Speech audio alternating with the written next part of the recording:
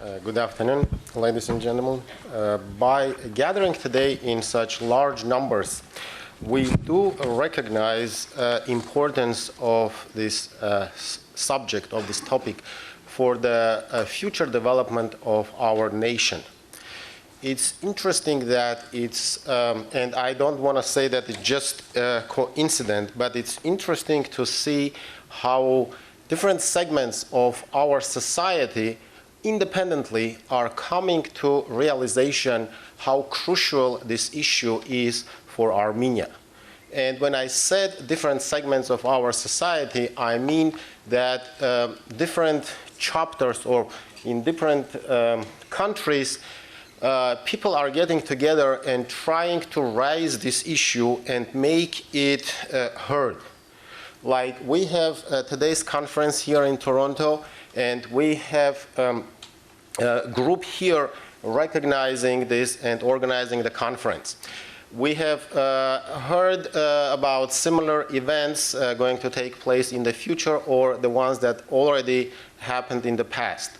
Particularly coming up to this issue in October of 2013, and again, independently from each other, our organization, which is the Policy Forum Armenia, which is headquartered in Washington, D.C. at the present time, we published a report on corruption in Armenia.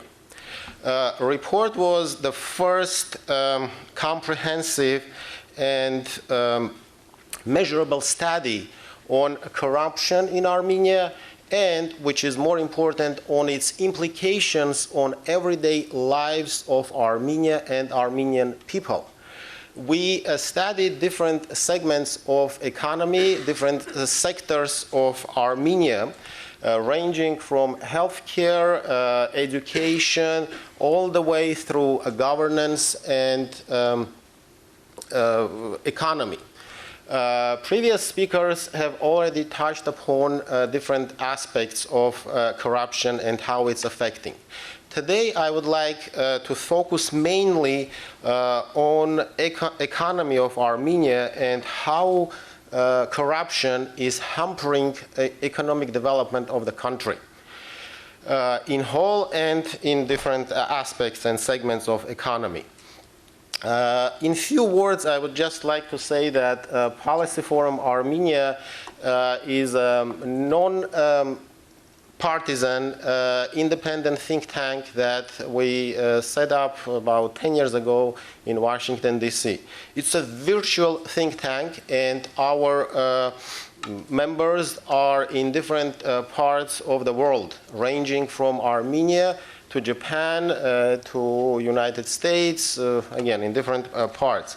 And in the past 10 years, we have published a number of reports about Armenia. One of them is about parliamentary elections. Another one is about mayoral elections in the country, in Yerevan. Another report is about Armenia diaspora relations, and a number of reports. I don't know why, but it's supposed to show all the reports we published. I don't know why it's so slow, but no, it's not on the next slide. Yeah, it's coming. Yes, so here we go.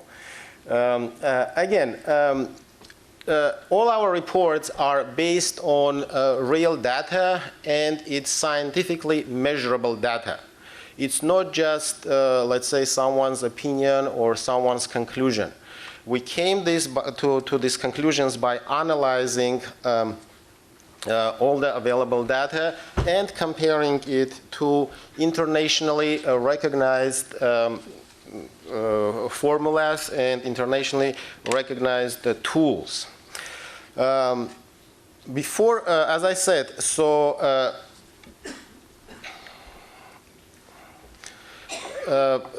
corruption in Armenia, report dedicated to corruption in Armenia, consists of a number of chapters. So it is, as a matter of fact, again, it's a joint product of PFA members. And again, we gathered and analyzed local and international data And through this information, we cover the following topics: perception of corruption in Armenia, case studies per sectors in sectoral context, and macroeconomic effects, microeconomic effects of corruption in Armenia, and I'll talk about this a little bit later. We also researched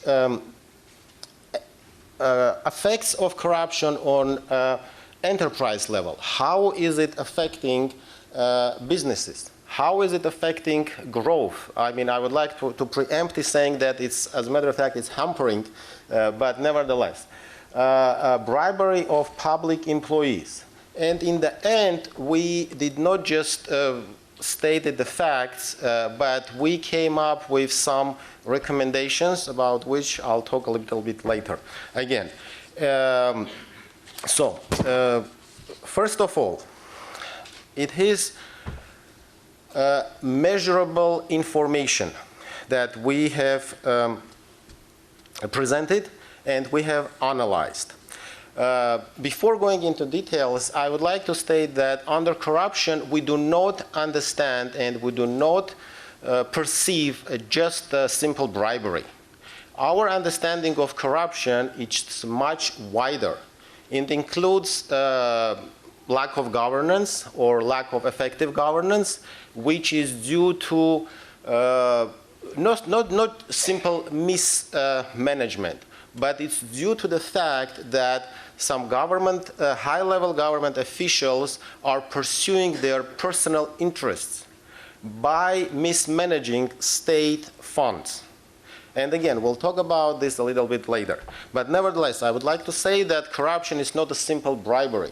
Not only in Armenia, but unfortunately everywhere where corruption exists, it grew out of simple bribery. It grew out of simple exchange of favors, and it became a much larger scale problem.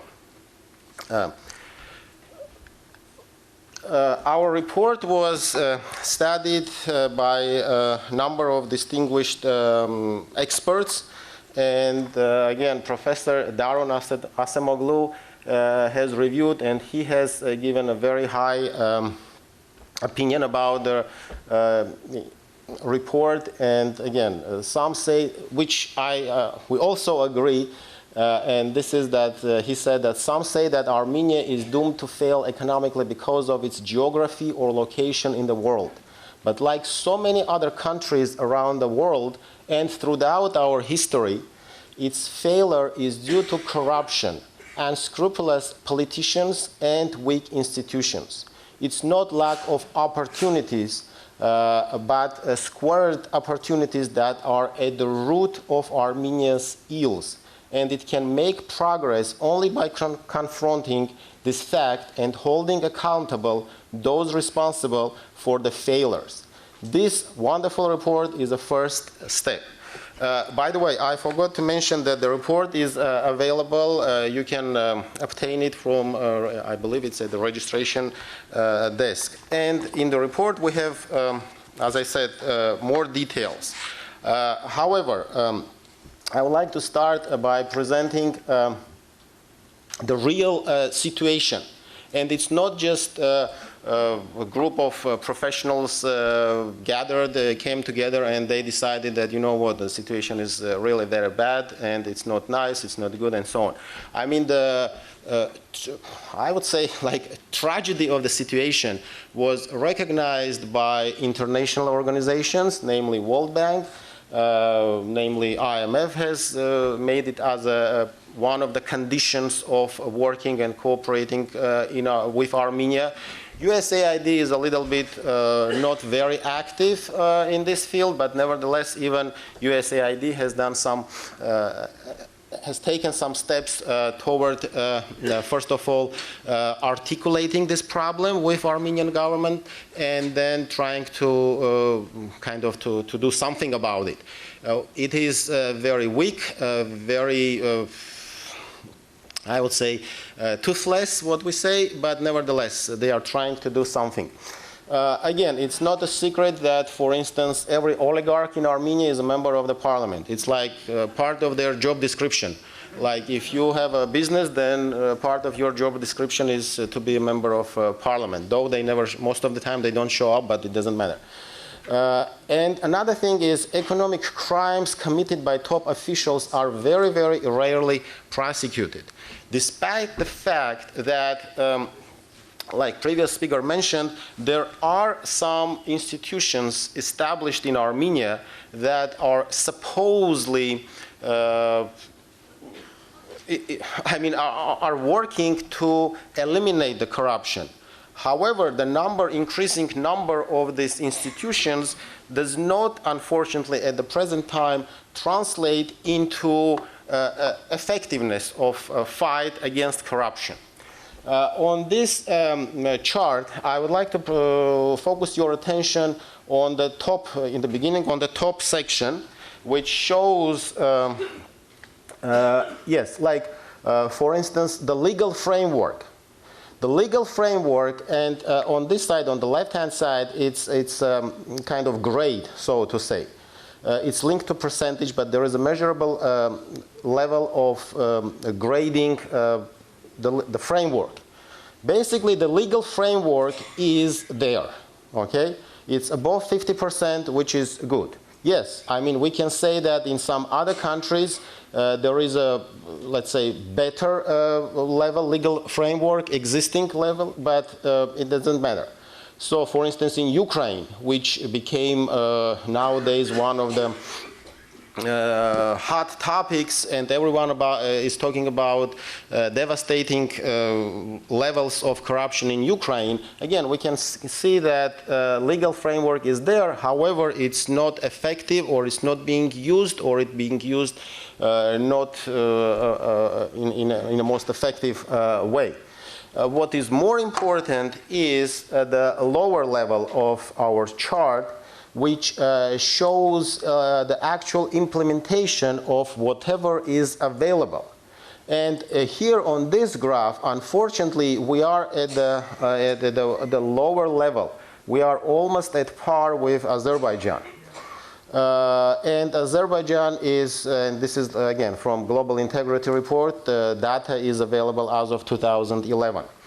As we can see, like Kosovo, even in Kosovo, situation is much, much better. And I'm not mentioning Kosovo just as out of blue, but most of international organizations have recognized how bad is situation in Kosovo.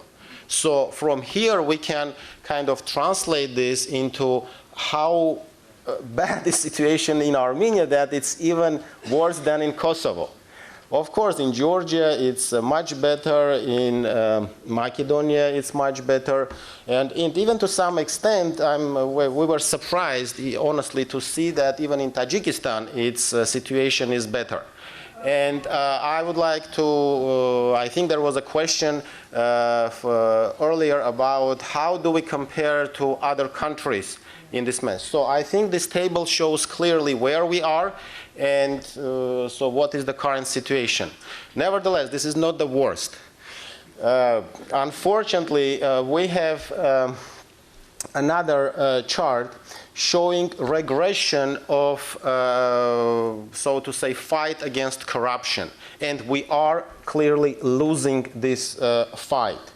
This table shows percentage, how perception of corruption among businesses.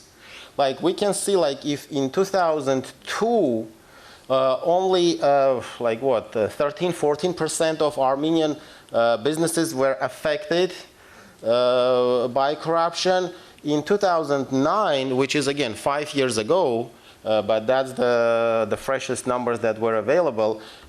So the number not even doubled, but it's almost tripled. And again, the real situation is much worse because this is only what we can gather. As you can understand, not all businesses are so forthcoming because they are concerned about the persecution, about even making the situation even worse. In the meantime, you can see, like for instance, our another neighbor, Georgia, is really progressed. I mean, they almost like the corruption effects on businesses went like it's now it's half and again. And in real numbers, again, in today's Georgian reality, I think it's much, much lower the number than in 2009. It was 26%. I believe today it could have been even around 15%, which is really affecting a growth of Armenian businesses. A little bit later, I'll show you another piece of information stating that in today's Armenia, 5%, and I would like to emphasize, 5% of cost is attributed to corruption and bribery. Let's think about it for a second. Like when Armenian businesses are, let's say, producing something, or it's production, it's for both manufacturing and service sector. So businesses have to add to the cost 5% because it's already taken through different mechanisms by government, let's say, institutions. So when we think about it, it's maybe 5% is not the end of the world. However, if we consider the situation where Armenia is, where Armenian economy is, and if we consider high transportation costs, and then we consider added costs such as this one, it makes Armenian businesses less competitive. If it makes less competitive, then guess what's going to happen? In the end, if you cannot produce and realize your goods or services, you're going to either close it or move it somewhere else. And unfortunately, that is exactly what is happening in Armenia. Businesses are moving. They are moving their production from Armenia to Georgia, and some of them even moving it farther to Russia and to, so to say, European side of former Soviet Union, moving it to Estonia, Latvia, Litva. It is reducing, I mean, it's increasing unemployment, reducing level of people who can make living by working in Armenia because number of jobs are no longer available. It's also, it's kind of strange to see, but it's also basically contributing to outflow of capital. For such a small country like Armenia, even small numbers are making difference. But the outflow is there, and then we have to answer why there is such why people are leaving Armenia in such large numbers. Again, this is one of the answers to one of the questions that was voiced here earlier, that why do you think corruption is affecting immigration? This is one of the answers, because corruption is contributing to increased unemployment. And people are, of course, looking for better jobs, for higher paid jobs, and so on. So it's not, corruption is not like a hypothetical, let's say, negative part of lives in Armenia. As one of my good friends said, it is, unfortunately, it became a part of a life. It's a lifestyle in Armenia. We have to look at the reality. So another number here. We took some numbers from a budget execution in Armenia for 3 years, 2009, 2010, 2011. So you can see the total budget expenditures, then estimated procurement expenditures, then estimated level of single source procurement, and then opportunity loss. I don't think we need to discuss about I don't think we need to discuss about single source procurement in government projects. I mean, everyone knows that more competitive government procurement is better for the actual implementation of that project.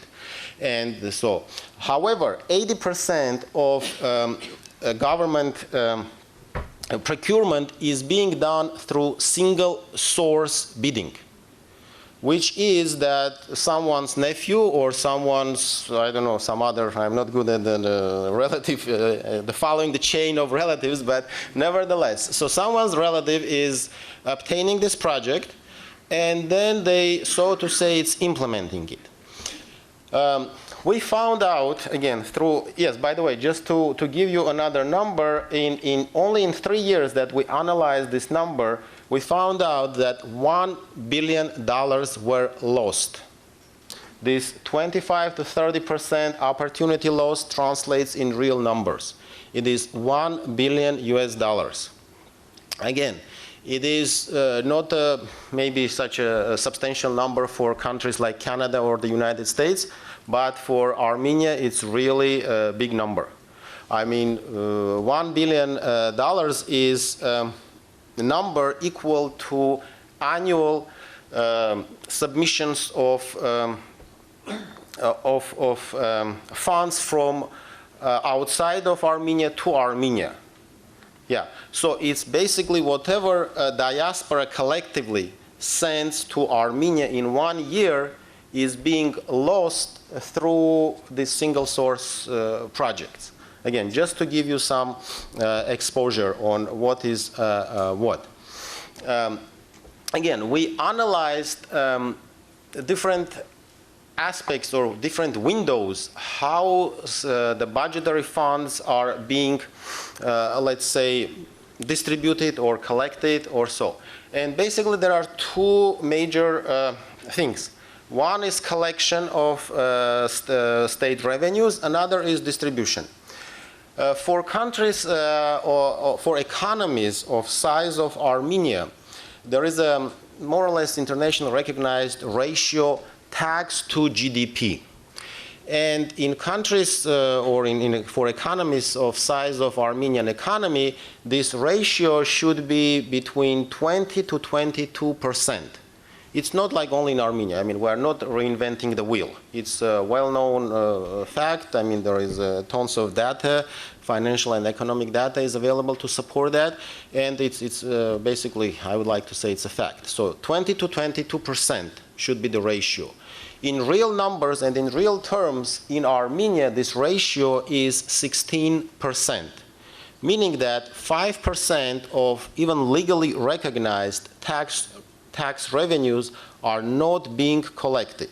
Again, the conventional wisdom says that this is enterprises that belong to, again, to someone's relatives and someone's relative's friend or something like that. So basically, it's not being collected through legal channels.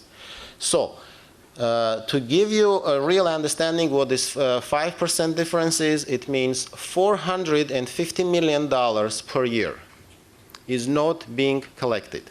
But it stays in someone's coffins and they don't want to share it with them.